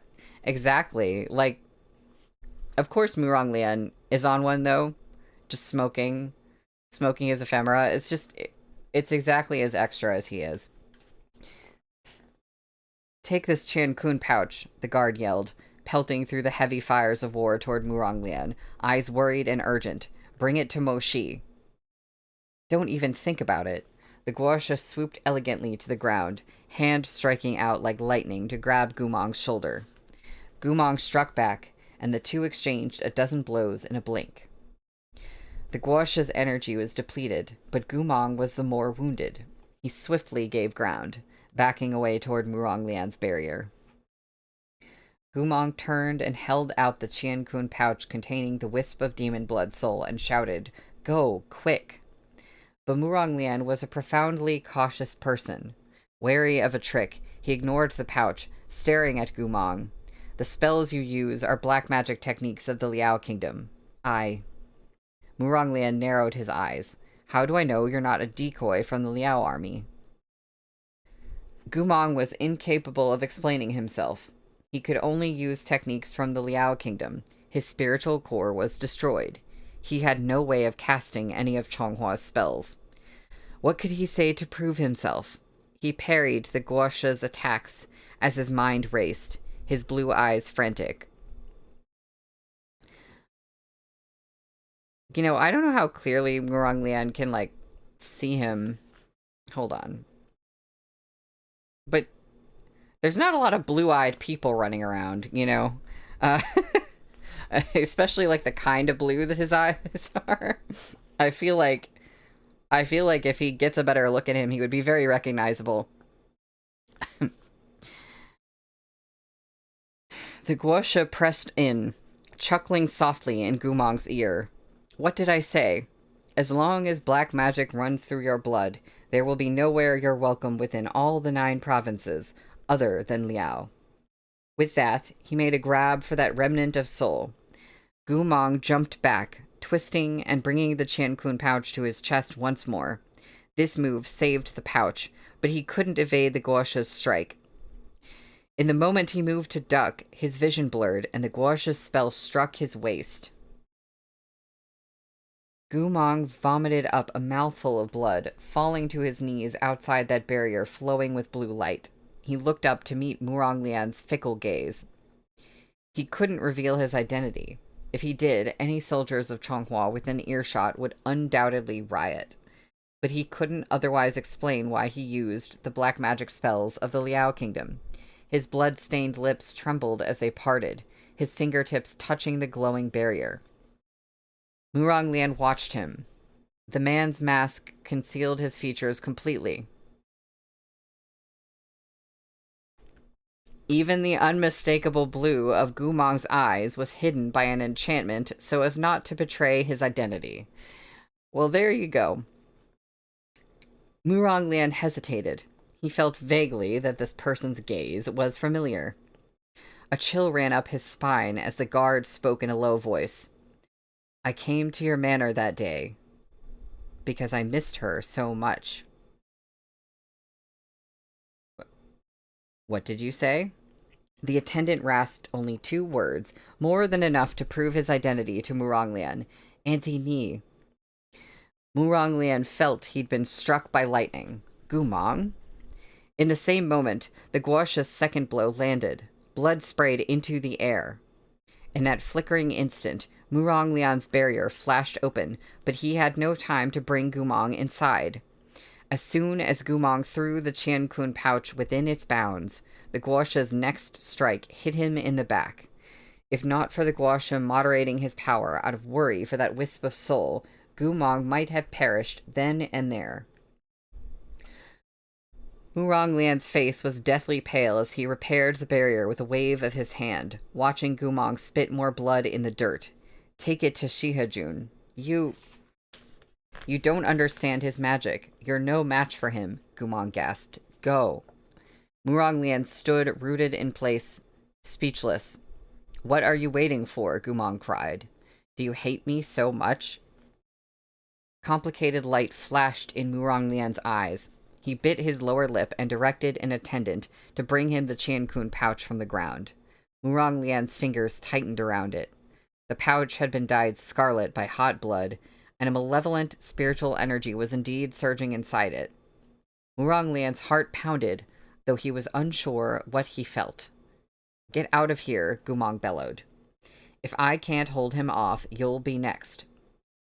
The attendants had no idea what was going on, much less what secret code this golden-masked guard had exchanged with Wang Shujun. Murong Lian's expression was unreadable.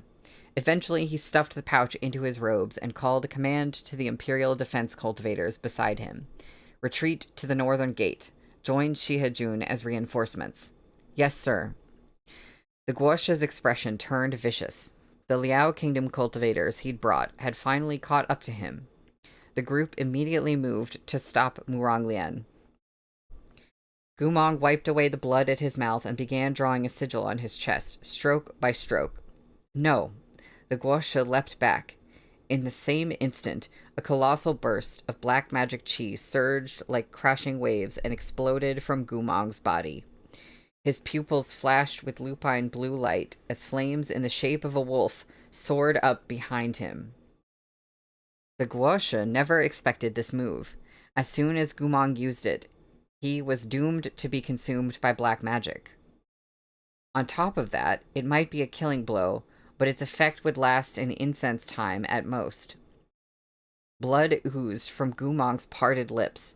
He stood between the guasha and Murong Lian in retreat, surrounded by a haze of dust, blue eyes glinting as he looked up. 3 menacing words rang out. Lone wolf, unseal. A wild wind whipped to life, mist coalescing from nothing as the howling of countless wolves seemed to echo from the bowels of the earth. Sand and stone flew up, swirling around Gumong. The guasha's eyes blazed as he gnashed his teeth. Good, very good. To think you actually refined this technique. Gumong, I did underestimate you. You really are a man to be feared. You must be aware. After this move, you'll never cast spells again, whether black magic or techniques from Chonghua. You've bought yourself a few minutes. What do you plan to do after? Gumong raised his chin, his features set in vicious resolve and indomitable arrogance. Don't worry about what I'll do after. Just focus on whether it'll hurt when I beat you the hell up. The guasha sneered, a rash decision. But I'm having fun. The silhouette blazing with Feywolf chi arced into the air. Like an arrow loose from its bow, it shot toward the guasha where he stood on the ground. that's the end of that chapter. Um, hold on. Let me see something really quick. I'm processing what just happened. Gumong promised to send a message to Moshi if he was in trouble, so I really hope he actually does that, you know. Okay. I think, I did, like, some page math and chapter math, and what I think I'm doing is reading one more chapter today, and then on Wednesday, we'll read 5 chapters, and then that should leave 2 more chapters at the end, and then, like, because the plan was to have a 6th stream for this book, and to, like, finish this book and then start the next one right after. But I'm thinking if I do that, then I might end up cutting this stream a little bit short. Yeah, I would. Because I'm kind of... I guess I've been... I don't know. I don't know what I should do, because, like, the stream might be cut a little short if I only read this chapter. All I know is that apparently this volume ends on a cliffhanger, so that was kind of where the idea of, like, ending it and starting the next volume in the same stream came from. But it's now kind of looking like I might be able to finish it in 5 streams after all, without really that much of a stretch. So I'm going to read this chapter and then I guess figure out what to do from there. Okay. This is chapter 152, Confrontation Before the Troops. Leaving Gumong locked in fierce combat with the Guoshe, Muronglian wasted no time. Taking the brocade pouch, he and his retinue sped toward Moshi in the north of the city astride their Pegasi. The escape did not go smoothly. The city gates were not far from Moshi's position, but the fires of war raged everywhere, and at every turn the Liao Kingdom cultivators obstructed them. Neither side lacked experts. The cultivators with the Guoshe were all the most terrifying suicide soldiers the Liao Kingdom had trained. No matter how elite Muronglian's subordinates, these black magic cultivators sent them scrambling. By the time Muronglian made it to the apricot forest on the outskirts of the city, his protective barrier was in tatters, and most of his guards had been injured and fallen behind. He didn't dare meet his enemies head-on. It was all he could do to use the winding terrain of the forest to evade his pursuers. I've long heard Wang Shujun is a useless wastrel. It's fine to be a fool, but his skills in magic are unimpressive too. Ridiculous. The leader of these Liao cultivators was a woman with a braided whip at her waist. She leapt into the branches, filling the forest with her magically amplified snickering. Muronglian, you've reached a dead end. Where do you plan to flee? Your Ge likes to ride fast horses and go on long walks, Muronglian replied as he spurred his Pegasus through the trees. What's it to you? Fucking whore. Still mouthing off so hard even when you're staring death in the face.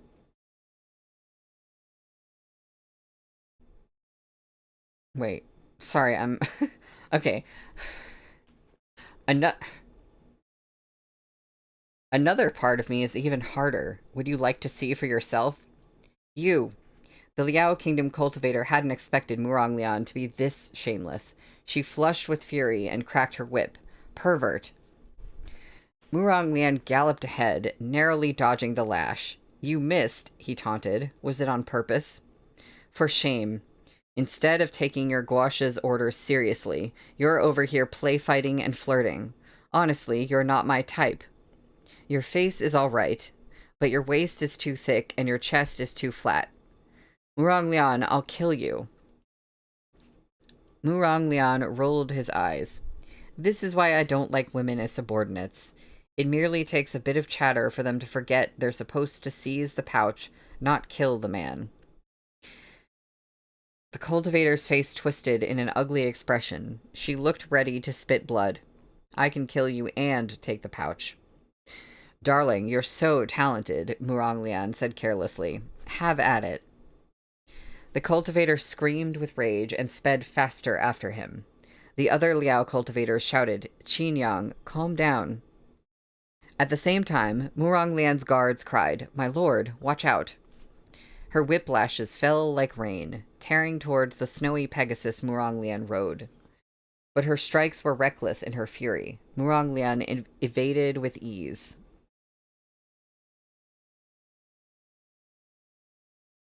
Y'all are fans of Murong Lian now. No, I get it. Yeah. I get it. I hear you. Still, he didn't dare relax. He urged his Pegasus to a faster gallop through the misty woods. As they reached the edge of the apricot forest, he yanked back on the reins and shouted, Up! Finally in open terrain, the white Pegasus stretched its wings. Wind buffeted its golden feathers as it rose into the clouds, carrying its master toward the fighting at the north of the city. Flying was faster than galloping, but Murong Lian's pursuers now had a clear line of sight. Multiple spells missed by nerve-wrackingly narrow margins as they shot past his shoulders. As the bright lights of the northern camp drew closer, the strikes from behind Murong Lian became frantic. Moments from touching down within the Northern Frontier Army's troops, Qin Yang's braided whip wrapped viciously around the snowy Pegasus's hind leg and yanked backward. The spiritual horse whinnied. Murong Lian was flung off its back, tumbling pathetically into the mud with a series of racking coughs. Before he could stand, the Liao cultivators landed beside him, their eyes gleaming. With the exception of Qin Yang, whose eyes sparked with ominous fury. Through gritted teeth, she said, How about I cut out your tongue? But Murong Lian was born with the nasty mouth. Even his sorry state couldn't stop him from sneering. What do you want my tongue for, huh? To cup in your hands and lick every day? Ooh. Qin Yang's pretty face turned green with disgust. She was one of the highest-ranked guards in the entire Liao army. Her subordinates addressed her with a respectful jie, or a deferential Qin Yang.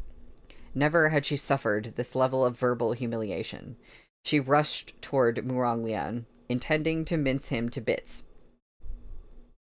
Two of the guards accompanying Murong Lian finally broke through the woods behind them, seeing their master in danger. They shot forward and cast a barrier before Murong Lian, just as Qin Yang was about to smash a palmful of spiritual energy down on him. Blue, you're so right. That's disgusting, but he's so funny. You know, he is on the cover of this book. So this is kind of... I think this is like the Murong Lian book. We're getting a little bit more backstory on him. We're getting more of him. We like him more, maybe. My lord, get away. Hurry and escape. Murong Lian crawled to his feet, still coughing. His martial abilities had once been much better, before years of ephemera use sapped his spiritual energy and stamina.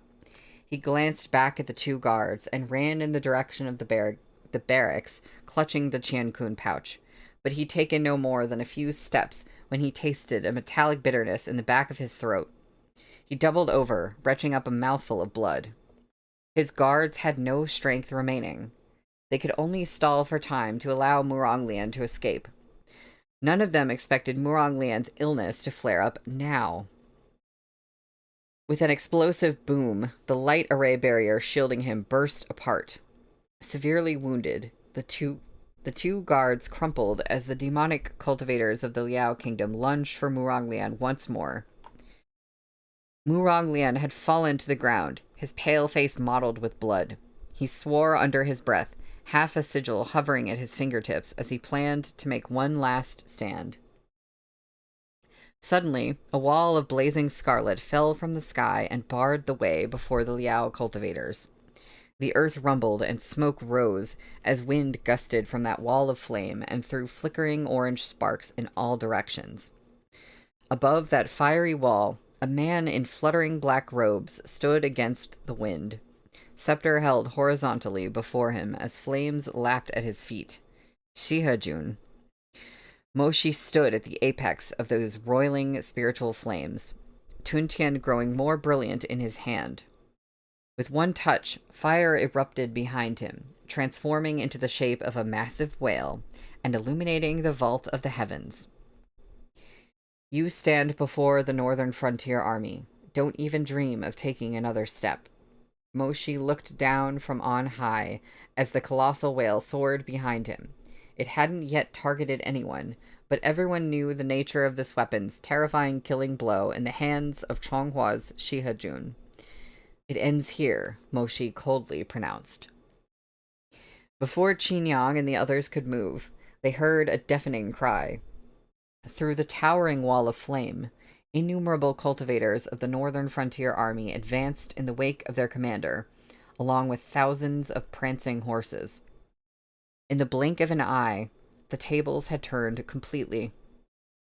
Muronglian looked at Chonghua's cultivators filling the horizon, then up at Moshi's silhouette. Finally, he let out a breath. Muronglian reached up, hand trembling from the flare-up of his illness, and took out the brocade pouch holding the remnant of the demon blood beast's soul. Coughing, he said reluctantly, This is what he brought for you, from the mission you gave him. Gumong was infamous. Neither Muronglian nor Moshi could directly say his name before the troops. Doing so would incite a riot. But Moshi's expression visibly shifted. Where is he? He asked. Muronglian's lips moved. Before he could answer, a voice as ghastly as a ghoul's filled the night sky with the voice amplification technique. He's in my hands. Be good and give that brocade pouch to me. Or else. As that devilish voice circled them like a vulture, a man in white and gold robes floated down from the darkness and alighted gracefully in the canopy of the closest banyan tree. In his arms was an attendant from Chonghua, limp as cotton rags, unconscious.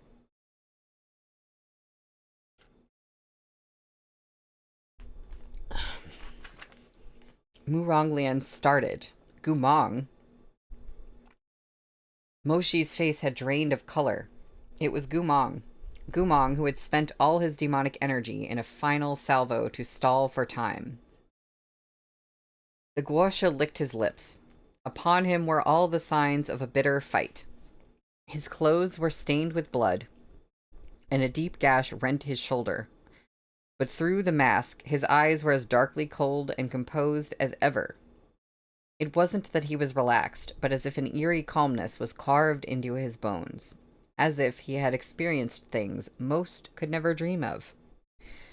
Or else, Shihajun, the Guosha smiled, I will teach you the meaning of regret. By now, Mengzi had arrived with her scarlet-plumed battalion. She wore a set of black and gold robes embroidered with pythons, tailored at the waist, with her dark hair tied high. Tens of thousands of cavalry followed majestically behind her. She exclaimed in shock, What's going on? Moshi's mouth tightened. He didn't answer. His eyes never left Gumong. The scepter in his hands blazed more and more fiercely. Seeing that Moshi intended to use a killing move, the Guosha lifted Gumong higher with one hand, conjuring a dagger in the other. He pressed the blade to Gumong's neck and grinned. Oh, are you going to strike me down? What do you think is faster, your spells or my blade? Let him go, Moshi snarled. Easy enough, the Guosha drawled. What use do I have for him? I only want that brocade pouch. Here's a fair trade. You give that item to me, and I'll give this person to you, unless you don't think he's worth the price. Their surroundings gradually quieted. Both the soldiers and their leaders stared at this bizarre scene before them, dumbfounded. And no wonder. They'd fought in so many battles with Shihajun over the years, yet never had their commander wasted so much breath before attacking a foe. This standoff was truly inexplicable. Wang Shujun, the guosha of the Liao kingdom, and their stepdad all seemed to be talking in code. What brocade pouch? Who was this guard that had been taken hostage? Why would the guosha use him as leverage against Shihajun? Silence fell. The battlefield was terrifyingly quiet. Almost all the eyes of those cultivators gathered on this handful of people, waiting for Moshi's response. The guasha pressed the tip of the dagger to Gumong's cheek, lifting his lolling head. The mask over his face was soaked with scarlet blood. Shihajun, look at him. How long do you think you can stall for? Be a dear and hand over that brocade pouch. Once he's dead, it'll be too late for regrets. That's the end of the chapter.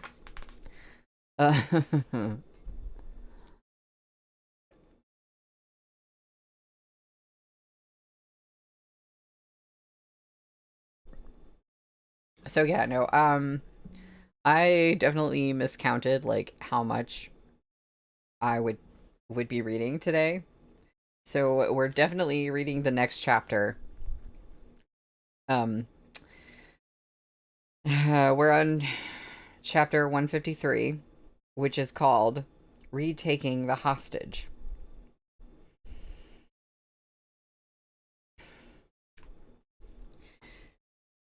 Murong Lian was terrified of losing control of the situation before the troops. Gripping the brocade pouch, he turned to Moshi. Fireball, don't get confused. He suffered those injuries all to bring you this Qiankun pouch. If you hand it over, he'll loathe you for it once he wakes up. After a moment of silence, Moshi said, If I don't hand it over, I'll loathe myself. He lifted a hand and pointed. A jet of flames licked out from the wall of fire, setting Murong Lian alight.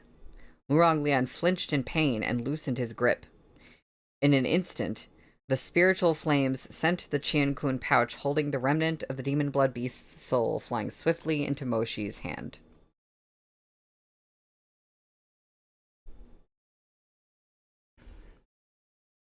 Moshi, you! Murong Lian was furious, but more than that, he was shocked. Given the choice between his duty to his nation and his brother's life, he chose the latter. For any commander, this was a major taboo, a severe mistake. Any general who placed the highest priority on personal relationships would bring down irreversible catastrophe on their soldiers and their nation. Moshi had led troops for so many years. It was impossible that he didn't understand this principle. How could he? Before Murong Lian could finish the thought, the vast wall of flame dimmed. Moshi descended from the cresting waves of fire, his steel-toed military boots stepping over scorched earth. Sorry guys, I keep feeling like I have to cough, and it's not happening, and I need it to just happen. Okay. Before everyone's stupefied eyes, he walked toward the guosha, stride by stride, holding the brocade pouch. The guosha retracted his dagger and brought one hand up to grasp Gumong by the neck, reaching the other toward Moshi. Hand it to me. Send him over first. These words seemed to amuse the guosha. He looked down and ran his tongue over white teeth before baring them in a ghoulish smile. Shihajun, how young you are. You've yet to learn what it feels like to make an irrevocable mistake. He lowered pitch-black lashes. Since you're being such a good boy, why don't I give you some advice? Moshi remained silent. When someone very important to you is in another's hands, he murmured, slowly running his fingertips over Gumong's neck. It's best to accept the conditions they give you, unless you don't actually care for his life. Pausing, The guasha pulled Gumong closer, his eyes overflowing with malice. Come. He tilted Gumong's chin up. I'll give you one last chance. Give the Qiankun pouch to me.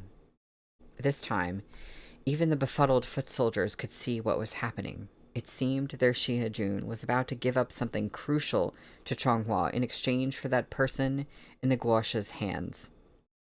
But seeing wasn't yet believing. No one knew what to think. They had come so far and fought such a bloody battle. So many comrades had perished in the process. Yet Shihajun would write off all their losses for just one person? The guasha raised a finger. Quickly now. All eyes were on Moshi as he walked over to the guasha. After a moment of silence, he held out the Qiankun pouch. Just as the guasha's fingers would have brushed the brocade, Moshi's eyes sharpened. Invoke! The guasha had only allowed him so close because he was watching Moshi's every move. If Moshi was to attack, there would be a tell, no matter how minute. He had expected Moshi's shout. The guasha lifted his palm with an array, and a glistening defense barrier sprang up between him and Moshi. A trick? You're still too.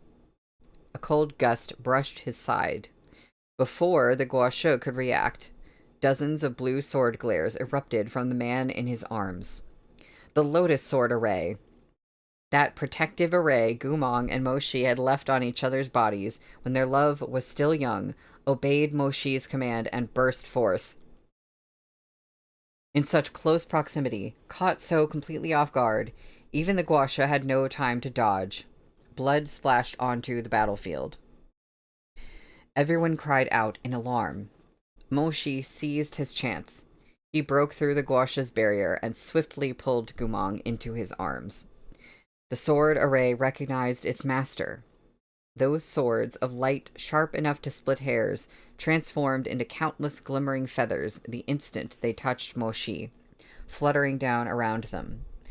Amid that cascade of flickering feathers, with one hand gripping the Qiankun pouch and the other firmly around Gumong, Moshi leapt backward and landed before the army of Chonghua. Shishong. Moshi gently touched Gumong's cheek, murmuring in a voice so low it was hardly audible. It's over now. But the guasha's strength was truly terrifying. After foregoing sleep and playing the chin to rouse the demon blood beast's soul, after fighting Gumong with nothing held in reserve, after expending so much of his vital energy, still he managed to divert the sword array.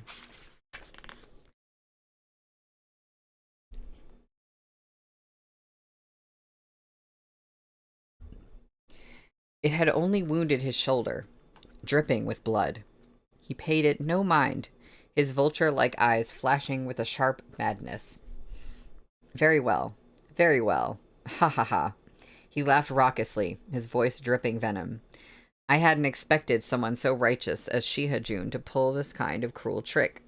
Truly, you're full of surprises. Who would stand for these insults? Moshi never had any plans to offer up the Qiankun pouch, and he even successfully rescued the captured guard. The arrayed cultivators of Chonghua let out a combined sigh of relief, many deeply ashamed at the assumptions they'd made. Some low-level cultivators couldn't hold themselves back and shouted at the guasha. Shut the fuck up. Saying our General Mo is cruel just because he beat you. How shameless. You took a hostage. Are you not the cruel one? Exactly.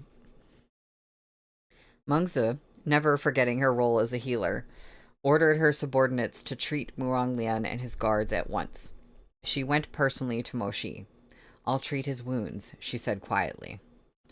Moshi couldn't help but fret at Gumong's condition. Mengzi looking after him would be ideal. He nodded. Thank you. Under Mengzi's orders, her attendants brought Gumong into the ranks of the scarlet-plumed battalion. She immediately began directing the healers on how to stop his bleeding and treat his wounds. Moshi watched Gumong for a while longer. He had just turned his head to give instructions to the messengers when the Guosha's jeering voice cut in. Ha ha ha, yes, all of you are right. Shihajun is honorable and pure, righteous and noble. Amplified by magic, eerie echoes of those words spiraled through the battlefield. But I wonder if you honorable gentlemen know. This Shihajun of yours, renowned for his virtue, let a filthy traitor wear a mask to act as his personal attendant. Great. Cool. I was surprised that he wasn't saying something. I was like, surely he's going to tell everybody that this is Gumong.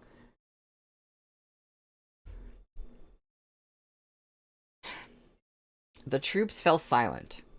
Gradually, a disturbance rippled outward. The Guosha smiled wickedly. He addressed the entire battlefield. Are you shocked?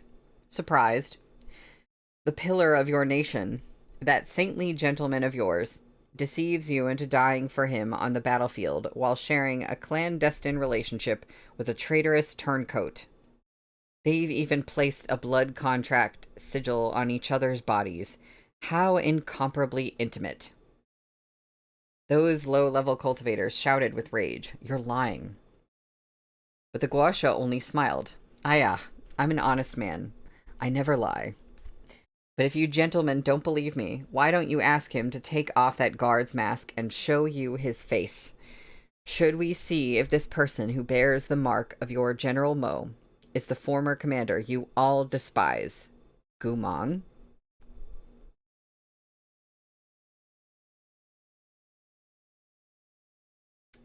Blue, he kind of does. He kind of has a similar vibe, huh? A clamor rose from the ranks. The Guasha knew how to choose his battles. Drained of spiritual energy and facing an unfavorable situation, he preferred not to fight. After saying his piece, he swept his sleeves back and took to the skies with his retinue of elite Liao cultivators, vanishing into the night with a bound. All he left behind was the sound of his laughter, reverberating through the clouds, unrestrained in its malice, as that shocking truth echoed endlessly among the troops. The three armies of Changhua were silent. Being a newly composed army, the winged cavalry, led by Murong Lian, had no direct experience with Gumong, and so remained simply astonished. But the expressions of many soldiers from Moshi's northern frontier army changed in an instant. Feet rooted to the ground, they swayed from the shock. Murong Mengze's scarlet-plumed battalion was the most impassioned.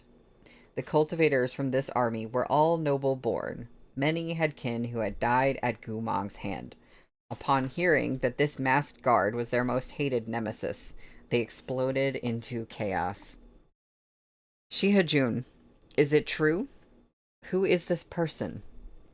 The cultivator charged with healing Gumong happened to be one of those who bore him a deep grudge. He immediately reached out to take off Gumong's mask. But at the moment he touched the rim, a beam of feeble jade blue light stung his fingertips. That cultivator jerked his head up to find the one who stopped him was none other than Murong Mengze. "Princess, if the commander's attendant wears a mask, his identity is a secret," Mengze said, "unless it is by the commander's will, or by his Imperial Majesty's order. No one may take it off." "If he's really Gumong," the healer cried out, "why can't we take it off?" "But what if he isn't?" Mengze countered. The healer fell silent. "Have you so lost sight of national law you would oppose your own commander on the word of a stranger from Liao? But take him away." "Understood." I wonder if Mengze knows that he's Gumong. And even in this situation, she would still cover for Moshi. The attendants stepped forward to escort the disorderly healer to the back of the ranks. The princess had intervened, and Gumong's mask was not removed before the eyes of the three armies. But it didn't matter. Moshi was a decisive person. He did not tolerate misunderstandings, especially ones that so severely threatened morale. If what the mask concealed wasn't Gumong's face, Moshi's temperament would have led him to remove it to settle the disturbance. But he did not do so. Almost everyone understood there could be only one reason. The Guosha was right. The person beneath the mask was none other than the traitorous Gumong.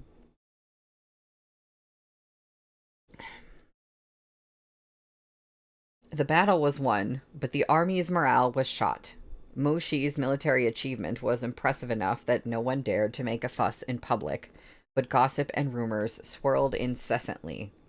Some guessed at their relationship, others cursed them in private, and still more made unflattering conjectures about their motives.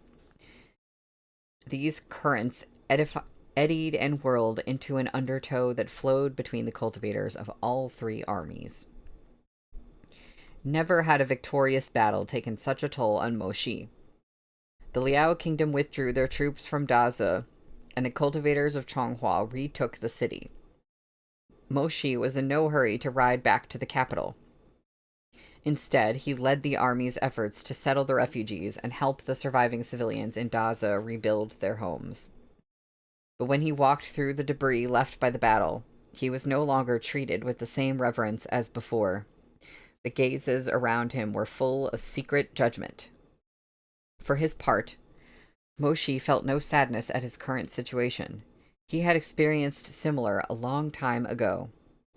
He had learned all there was to know about the fickle nature of public favor at the age of 7, when his father passed. His fall from grace back then had been far more dramatic. Now all his sorrow was reserved for that Gumong on everyone's lips. In their eyes and through their whispers, he could tell how they detested him, while he understood the truth, yet couldn't make it known.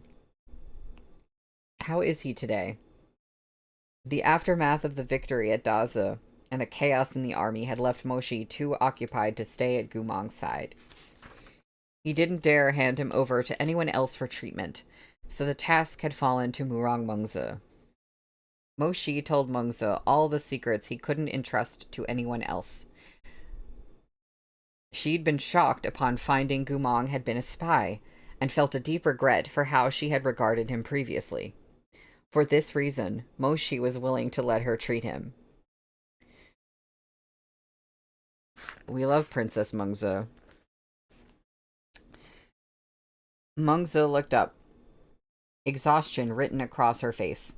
Nothing major at the moment, but I can sense how that final black magic technique eroded his mind. The demonic chi is more difficult to control than before. I don't know how much longer it can be suppressed. Moshi closed his eyes. When the Liao kingdom sent him back, it was because they knew his condition was growing more and more perilous. They dared not keep him nor kill him. They didn't know what he'd become after he was consumed by black magic. They hid the truth, sending him back to Chonghua like a hot potato. Mengzi said nothing. It's no matter, Moshi sighed. Did he wake today? He did, but his mind was muddled. He fell asleep again after some medicine. Bitterness filled Moshi's throat. After a silence, he asked, Are his memories about to be lost? Hard to say, Mengzi murmured. When he was conscious, he talked to me for a little while. He probably still has some hazy recollections. Modaga, don't lose heart. Moshi saw the shadows beneath her eyes. She'd hardly slept over the past few days. Mengzi, many thanks, he murmured softly. I'm a healer. It's my duty to provide care and treatment. There's no need to thank me. Moshi shook his head. Thank you for not taking offense at what I said to you in the war tent.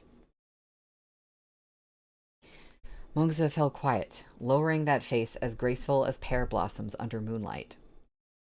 Her voice was hoarse when she spoke again.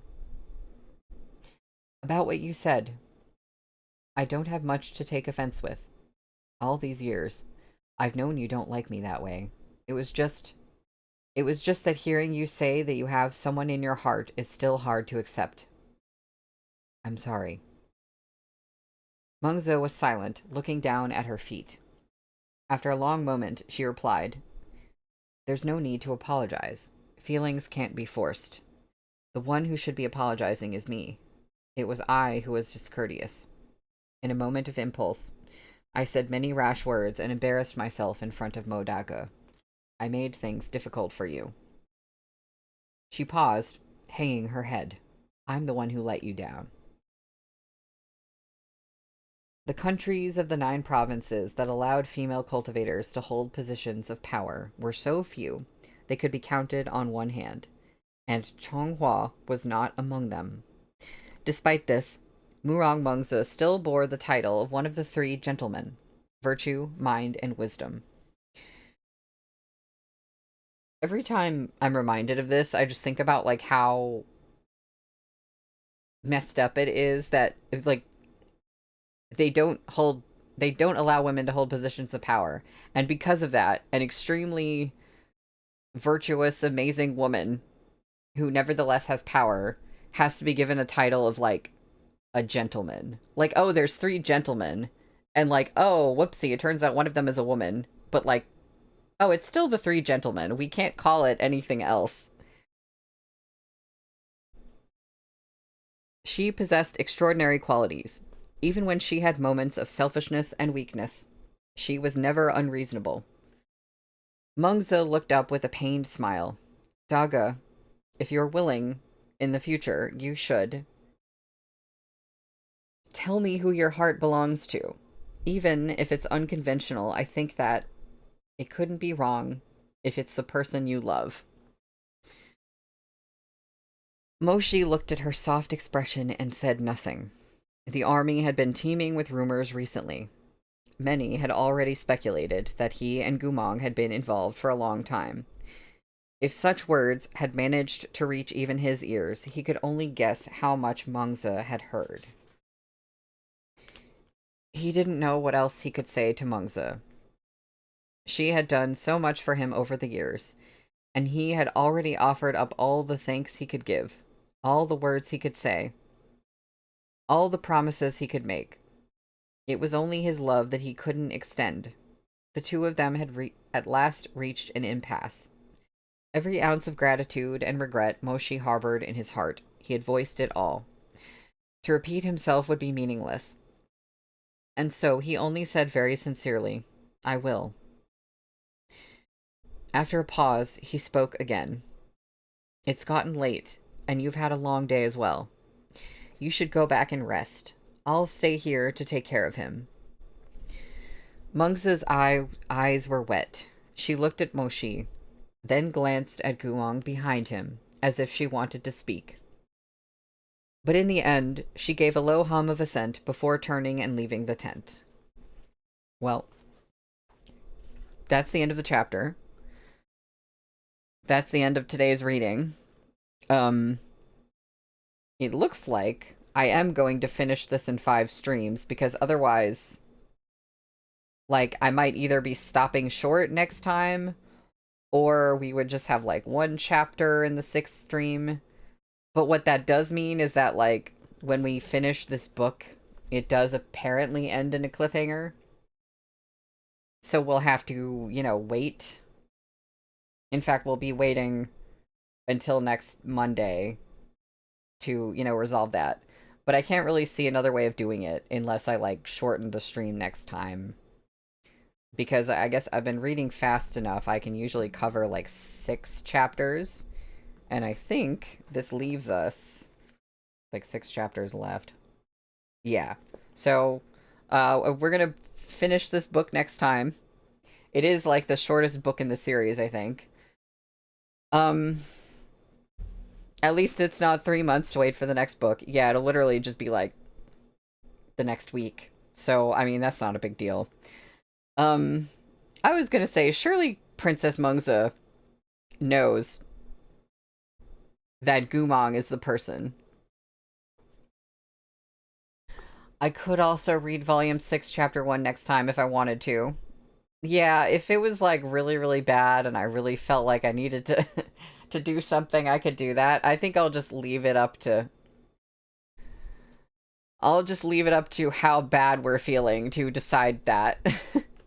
Yeah, like, I'm like, oh, she definitely knows. I think she just is like, she wants Moshi to be totally honest with her, but I think she knows, and I think she also knows why he wouldn't, like, say that.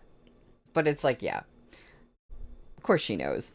Um, so, on Wednesday, when we return, we will be on page 229 for chapter 154, which is called Alien Attacked. So, someone's attacking Murong Lian?